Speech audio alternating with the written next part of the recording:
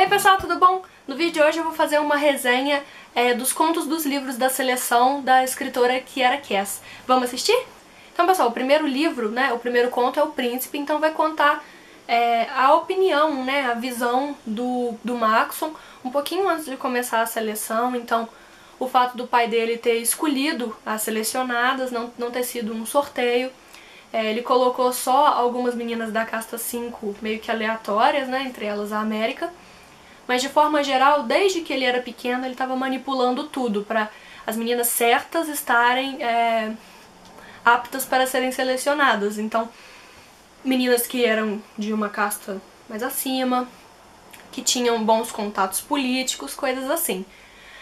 E aí a gente percebe um pouco de como que é o rei, como que ele trata o filho. Então, ele não acha que ele é capaz, ele tá sempre corrigindo ele.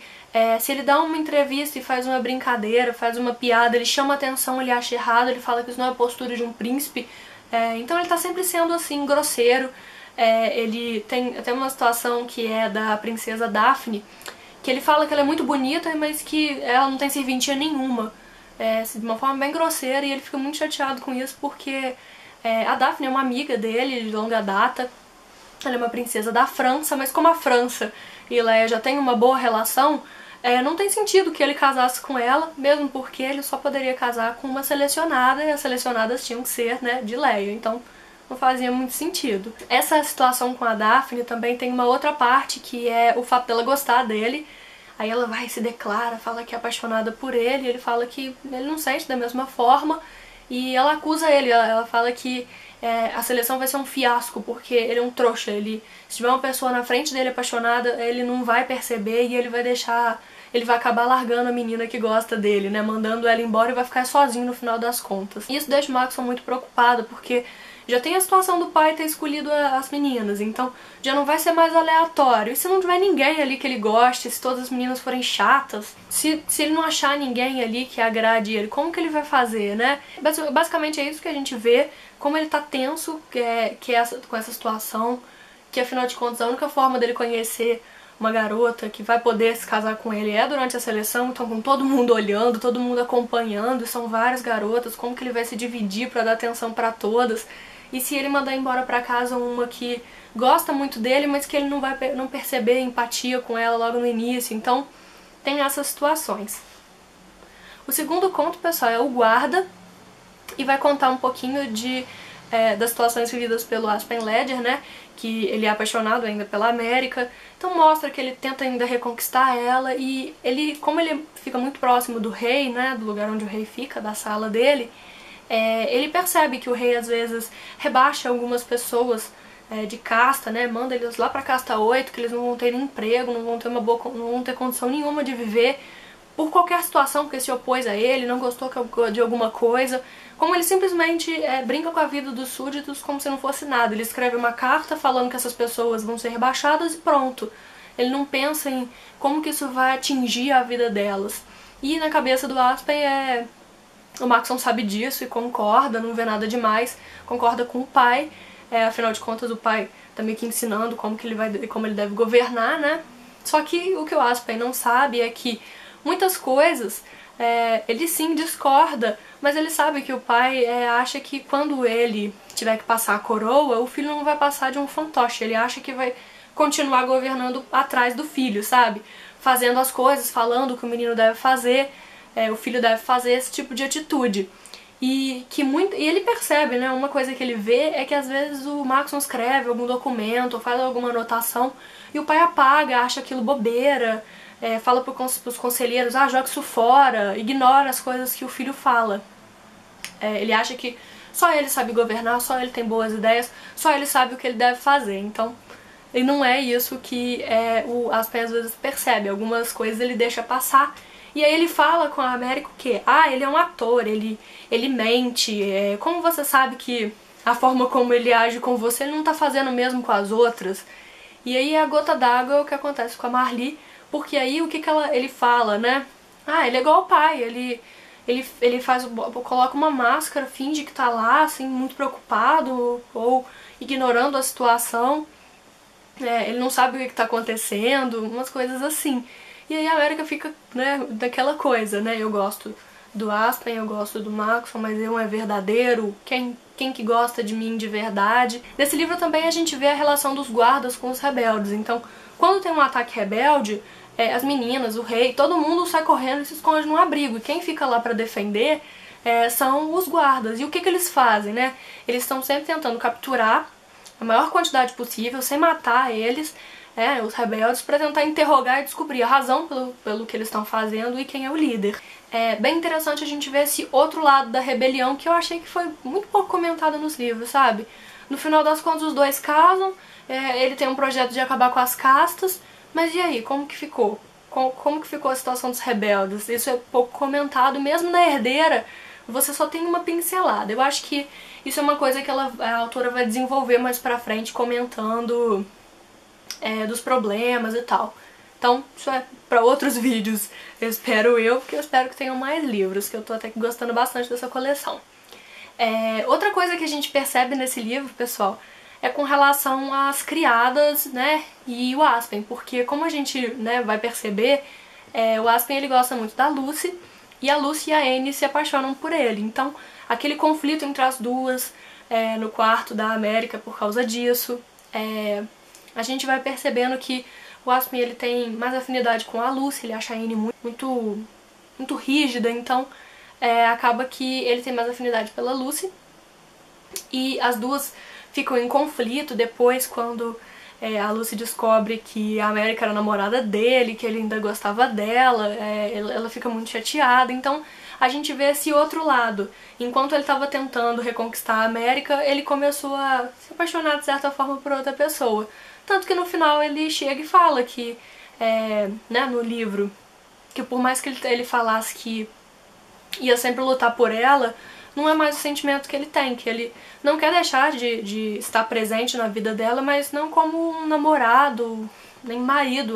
Ele quer passar a ser família mesmo, amigo dela, mas ele não tem mais interesse amoroso, porque agora ele já tá apaixonado por outra pessoa. Então, assim, foi bem interessante a gente ver um outro lado dessa história deles, né, dos três.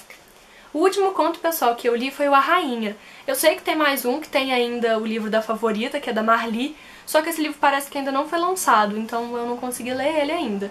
Mesmo porque, pessoal, eu não comprei os livros, eu baixei eles num site, né, no Ler Livros, eu fiz até um post sobre isso no meu blog, eu coloco o link aí pra vocês, eu acho que já vai ter ido ao ar quando eu postar esse vídeo. Esse conto é sobre a seleção que a Amberly participou, então, quando o rei Clarkson ele era o príncipe, e vai mostrar um pouco sobre a família dele. Então, a relação do rei e da rainha da época, os pais dele, que os dois não se davam bem mais, eles estavam sempre brigando, discutindo. A rainha estava sempre bebendo muito, chegou a brigar, bater em uma das selecionadas, porque a menina deixou correr o boato de que ela dormiu com o príncipe, e a mulher ficou furiosa, bateu nela. Então, assim, a relação do rei e da rainha já não era muito boa, a rainha estava desequilibrada, e ele no meio percebendo essas situações. Então, assim, a gente percebe que o príncipe Clarkson, ele era muito determinado. Então, o que acontece nessa história? Ele se aproxima da Amberly, porque, como ele diz, apesar dela ser 4, teoricamente ela deveria ser só dona de uma fazenda, ela trabalhava como uma lavradora, então em plantação, no sol, ela tinha as mãos todas ressecadas, mas apesar disso, ele achava que ela era uma mulher muito digna e de muita classe, apesar da casta dela e da forma como ela trabalhava, ela se mostrava muito educada e tal. E ele faz, tipo, vários testes com as meninas, então se acontece alguma coisa que ele não quer que ninguém saiba, ele pede segredo, ela vai guardar segredo. Ele faz uma sugestão, ele faz um pedido implícito sobre uma coisa, ela vai obedecer, vai fazer isso. E o que ele percebe foi o quê? Numa dessas brigas dos pais, ele estava no encontro com a Amberly, então ela presencia isso, ele fica furioso, começa a quebrar um monte de coisa, segura ela, dá um chacoalhão e fala que ela não podia contar aquilo pra ninguém. E ao invés dela demonstrar que estava assustada ou com raiva, alguma coisa assim, a preocupação da Amberly é acalmar ele com relação a essa situação, mostrar que ela não vai contar pra ninguém. E porque a gente sabe, né, gente, pelo que ela conta, que desde que o príncipe nasceu, né, desde que ela se entende por gente, ela se apaixonou por ele, então de ver ele no jornal e a chance de conquistar, né, de poder ficar junto com ele era na seleção. Então, assim, ela meio que ignora alguns defeitos dele porque ela gosta dele, então ela é louca por ele e ela enxerga, apesar de tudo, as qualidades que ele tem. E em outro momento, ela tem um cabelo muito longo, todo comprido, bonito, porque ela usava muitas tranças quando ela trabalhava, né, que ficava mais fácil de prender o cabelo dessa forma. Tinha tipo cabelo lá na cintura e ele diz que acha o cabelo dela muito bonito, mas que esse corte, né, muito comprido, deixava com uma aparência desleixada ou algo do tipo, e fala que seria bonito se ela cortasse. Nesse teste, todas as meninas cortaram tipo 2 dedinhos, um pouquinho do cabelo, e ela não, ela corta abaixo do ombro. Ela corta radicalmente, né, demonstrando que uma sugestão que ele faz ela vai acatar, porque ela confia nele, ela gosta dele. Então ele depois chega e fala que ele vai escolher, ele quer escolher ela porque ela tem muitas qualidades. Então ela é uma pessoa tranquila, sem ser dócil demais, sem ser boba. Ele vê nela uma companheira, uma pessoa que ele pode contar para ajudar ele em situações difíceis, então no governo, suportar as pressões. E ele percebe que ele vai ter alguém que ele possa conversar, mas que não vai estar sempre discutindo ou discordando, querendo brigar com ele. Então ele vê várias qualidades nela. O principal assim, defeito da Amberly é que ela, por causa do lugar onde ela nasceu, ela fica muito doente.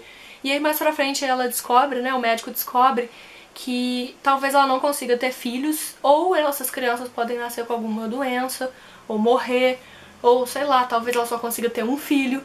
E ela fica arrasada porque meio que tá no contrato que ela tem que ter filhos, então tem que ter um herdeiro. E aí ela percebe que se ela não conseguir isso, ela não vai conseguir isso na cabeça dela, ela não vale mais a pena continuar participando. E aí ela para de comer, fica mó mal, mó triste, e o príncipe fica com raiva dela de ver que ela tá desistindo assim de uma coisa que ela quer tanto, que é ficar com ele, por uma coisa que pode ser que vai acontecer no futuro. Então ele pressiona ela pra continuar comendo. Não, você tem que ser forte. E ela foi escolhida e pronto, ele gosta dela, ele até ameaça o médico de se ele contar alguma coisa pro rei, ele vai inventar uma mentira sobre o médico também, e quem que a pessoa vai confiar mais, né? No príncipe ou no médico?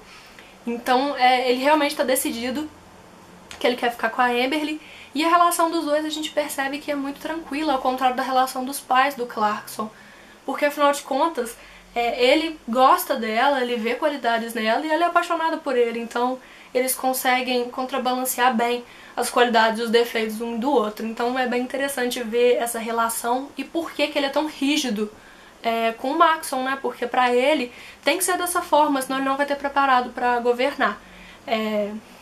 Não é bem assim de maldade que ele faz isso, é porque ele acha que o filho tem que estar bem preparado pro que espera ele no futuro. Então é interessante a gente entender um pouco a cabeça dele. Então é isso, pessoal, espero que vocês tenham gostado do vídeo. Se você gostou, não se esqueça de clicar em curtir, se inscreve no canal para não perder os próximos vídeos, deixa aí nos comentários se vocês já leram os livros, os contos, personagens favoritos, essas coisas. Não deixem de compartilhar para todo mundo ver essa resenha também, e dá uma passadinha no blog que lá tem a resenha de todos os livros, então mazetd.blogspot.com.br. Então é isso, pessoal, até o próximo vídeo. Tchau!